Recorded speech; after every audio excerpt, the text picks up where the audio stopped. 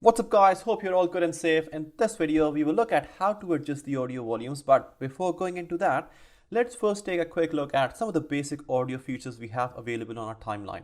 So we have our audio tracks here in the timeline, and on each track we have this S and M button. Now the M button stands for mute and is used if you want to mute that particular track, and then the S button, that stands for solo, is used if you want to play only this particular track and you want to mute all the other ones. So practically both M and S are opposite of each other, but they work in a very similar fashion.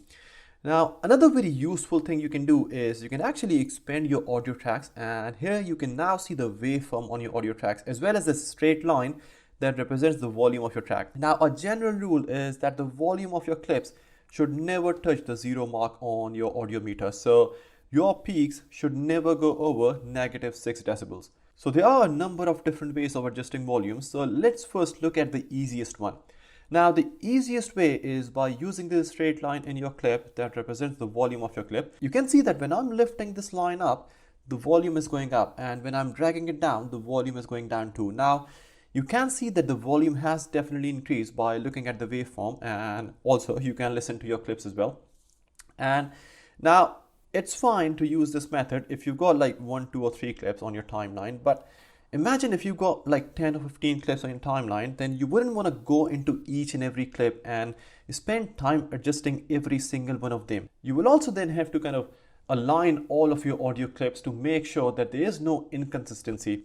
So now, to kind of save some time, we will now look at the second way of adjusting your audio volumes. So I'm going to select all of the clips that I have on my timeline, and then I'm going to right click on any of these clips and will then choose this audio gains option. Here I will select the last option, which means that I'm basically telling Premiere to decrease the volume of all audio clips that are louder than -6 decibels, and at the same time increase the volume of all clips that are lower than -6 decibels. So in other words, I want Premiere to normalize all peaks to -6 decibels. And now you can see that the waveform of all these 3 clips looks exactly the same.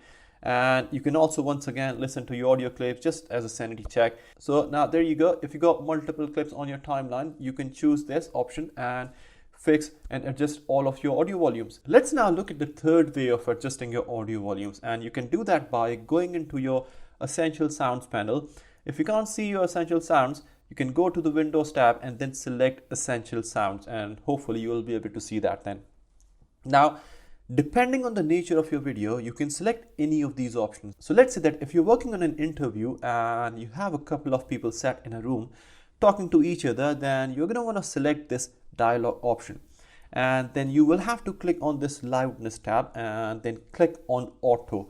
Now, as soon as you click on auto, Premiere will automatically align and adjust your audio volumes.